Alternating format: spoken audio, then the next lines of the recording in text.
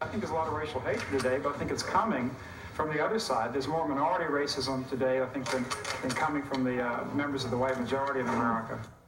Former KKK leader David Duke, who said he voted for Donald Trump to, quote, take our country back, lost his campaigns for U.S. Senator and Louisiana governor in the 1990s, thanks in part to anti-racism activist Tim Wise, who worked for an organization founded for the purpose of defeating Duke. In an epic tweet storm this week, Wise compared the challenges Democrats face now to what they faced when Duke was running for office. And Tim is back with me. Tim, I'm going to read one of these tweets because this was epic.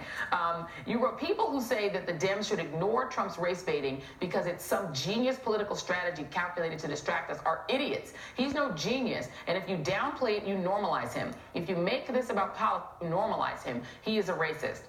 Expand on that and explain, if you were running a campaign against Donald Trump, how you would do it. Well, I would start by recognizing that Trumpism did not gain steam based on policy. The people who voted for Donald Trump didn't sit down and compare policy positions and 10-point plans.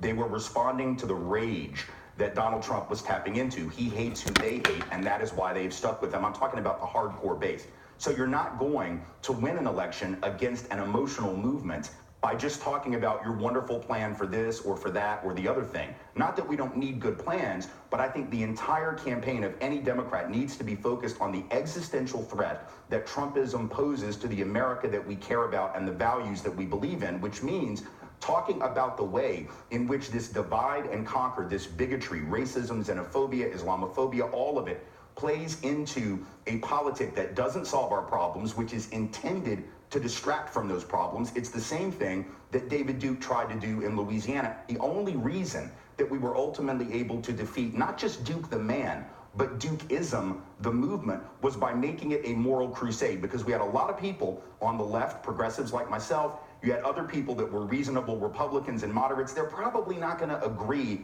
on policy. They're not going to agree on tax policy or jobs policy or health care. But one thing we were able to get them to agree on was that there was something fundamentally un-American at the most basic decency level about Dukeism. That's going to have to be the message that's going to unify people, not just simply having really good plans for this or that policy. And I'm afraid that right now, the Democrats are still acting, they're bringing spreadsheets to a gunfight. Right? Yeah. They're bringing debate evidence to a gunfight rather than understanding this is about values, the values that we care about as a country, as opposed to the values that Trumpism represents. And I talked to you about this before, and I interviewed for my book, and it was great. You are great.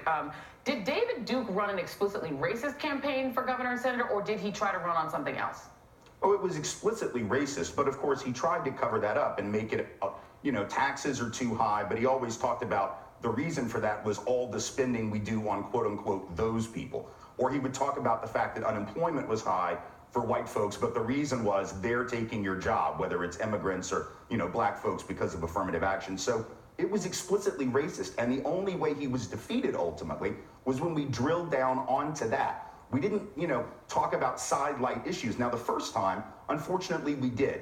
In the U.S. Senate race, those of us in the organization that were fighting him ended up having to go down that road. We had consultants and some conservatives in our own coalition that were afraid to challenge him on his racism. So they said, let's talk about the fact that he paid his taxes late. Or let's talk about the fact that he didn't go to Vietnam. The guy's a Nazi. That's a side issue. You need to focus on what's real and focus people on the moral issue. What do you think about the people who say the only way to defeat Donald Trump is to pivot off of talking about his racism, pivot off of talking about him at all, and just talk about health care?